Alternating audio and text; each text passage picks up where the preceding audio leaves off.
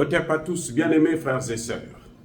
Le nouveau ministre congolais de la Justice, Constant Mutamba, décide de porter plainte contre Paul Kagame pour crime contre l'humanité, crime de guerre, pour avoir massacré, bien entendu, plus de 18 millions de Congolais. Il annonce sur tous les toits. Vous savez, dans ce domaine-là, un bon ministre, un ministre sérieux, un gouvernement sérieux, quand il prend des actions comme telles, ils ne font pas des avertissements, ils ne crient pas sur tous les toits, parce que quand on crie comme ça se fera pas. C'est dommage, mais bon. Ce ministre essaie de brasser de l'air, il fait du bruit, un tintamarre gouvernemental, ça ne sert à rien. Vous voulez porter plainte, vous déposez la plainte.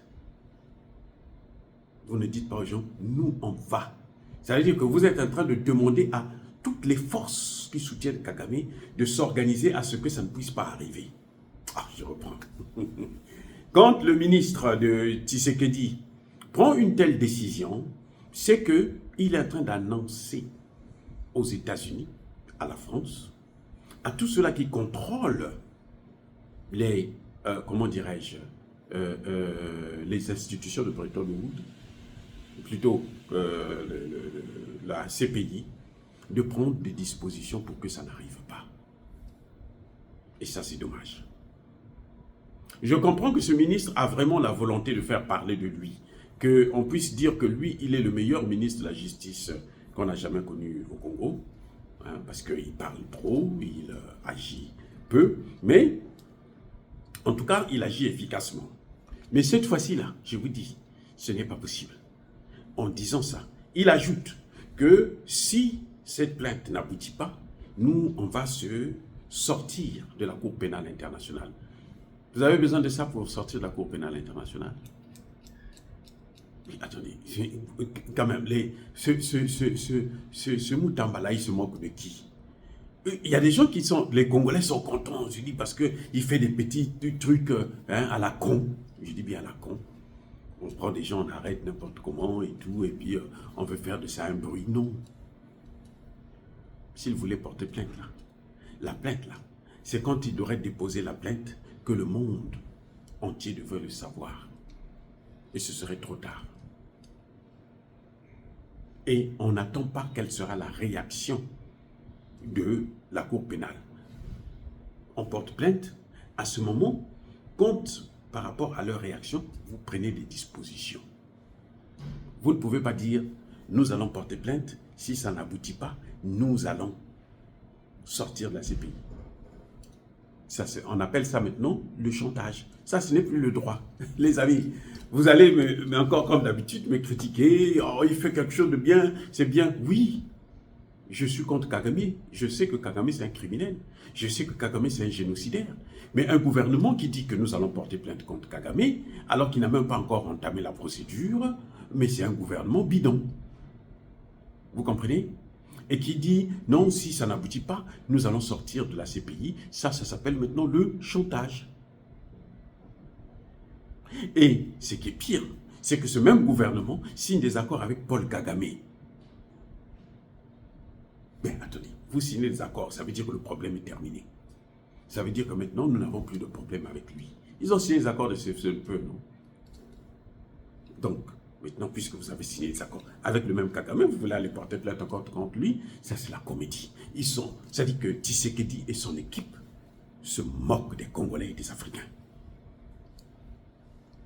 Je vous dis, Tshisekedi et toute son équipe, à partir de la première ministre là, et tous ces Mutamba là, les ministres des Affaires étrangères, ministres de la Défense et autres là, tous, ils se moquent. Le pire, c'est qu'ils exposent les Wazalendo, nos patriotes. Ils les exposent. Parce que les Wazalendo sont en train de combattre des armées. L'armée rwandaise, l'armée kenyane, l'armée ougandaise, l'armée soudanaise, du Sud-Soudan. Vous voyez, donc, on est en train de les exposer, ces pauvres enfants.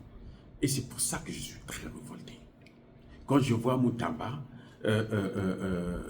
donner des coups de pied dans l'eau, je me dis, eh ben, c'est un gouvernement de fous. Les fous qui gouvernent la RDC. Je dis bien les fous. Tshisekedi ne le fera pas. Tshisekedi a confiance aux États-Unis. Il l'a rappelé lui-même encore il n'y a même pas quelques jours. Lors de son dernier interview, il a rappelé qu'il a confiance aux États-Unis. Il dit, cette fois-ci, nous sommes sur la bonne marche.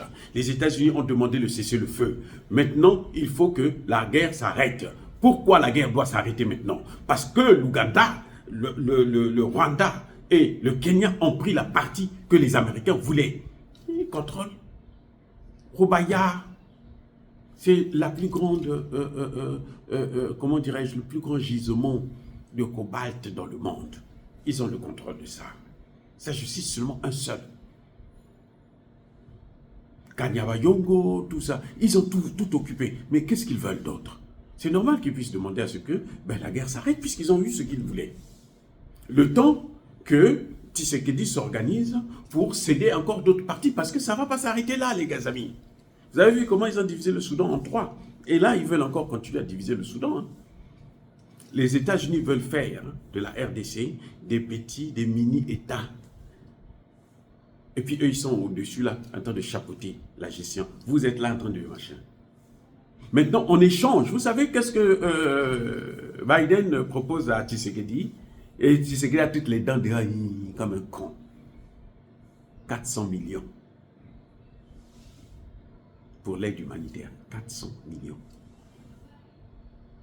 Vous avez déjà entendu les États-Unis dire que non, mais qu'est-ce qu'on va faire des 18 millions de morts? Non. Ce qui compte pour Tshisekedi, c'est ces 400 millions de dollars. 400 millions de dollars, vous savez quoi? Il y a 50 000 vaccins qu'on va attribuer, on va vacciner les Congolais. Ce que Maître Gims a refusé, Tshisekedi l'accepte. Donc un gouvernement comme ça, là, qui négocie, qui se rabaisse, qui s'agenouille, qui donne son cul, vous croyez qu'il peut aller porter plainte? Ah! Memou Tambala est en train de jouer avec qui? Vous avez vu la plainte contre Israël? Ça a donné quoi? Mais Israël de Grands Lacs, c'est bien Kagame. Kagame, c'est Israël des Grands Lacs. Si on n'a pas pu punir Netanyahou, on ne peut pas punir Kagame. Moutamba, s'il est allé, s'il a un peu de jugeote, s'il a un peu d'intelligence, un tout petit peu, pas beaucoup, un peu seulement, il sait que ça ne peut pas se faire. Pourquoi? Parce qu'il n'a pas un président qui a des couilles solides. À Simbaka, le mur, je vous ai déjà dit ça. Ce n'est pas un président, ça. Et voilà, moi, c'est. Moi, c'est à Macron.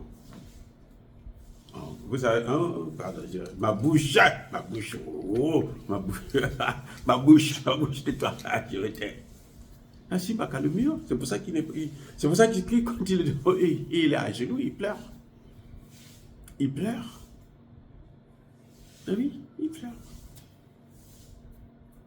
Non, écoutez, il y a eu trop de morts pour que nous, on puisse continuer à rigoler avec ces imbéciles qui gouvernent le Congo. Il y a eu trop de morts. Et nous, intellectuels, on ne peut pas continuer à rigoler avec ces gens-là. Si Constant Moutamba voulait porter plainte contre Kagame, il allait la boucler d'abord. Et puis porter plainte. Et c'est après que nous aurons connu qu'il a fait ce qu'il a fait. Dire cela, c'est inciter à la haine ou à la violence. Non. Il y a colère, il y a malheur. Encore une fois de plus, bien-aimés frères et sœurs, soyez bénis, abondamment bénis par le Dieu des Kémites et par nos ancêtres fragilisés. Mais que tous ceux qui persécutent le continent africain, le pillent et le déstabilisent, qu'ils soient noirs, blancs, chinois, arabes, juifs, indiens, qui qu'ils soient punis, maudits, foudroyés, neutralisés, écrasés, effacés par le Dieu des Kémites et par nos ancêtres fragilisés. Vive l'Afrique éternelle. J'ai dit et j'assume.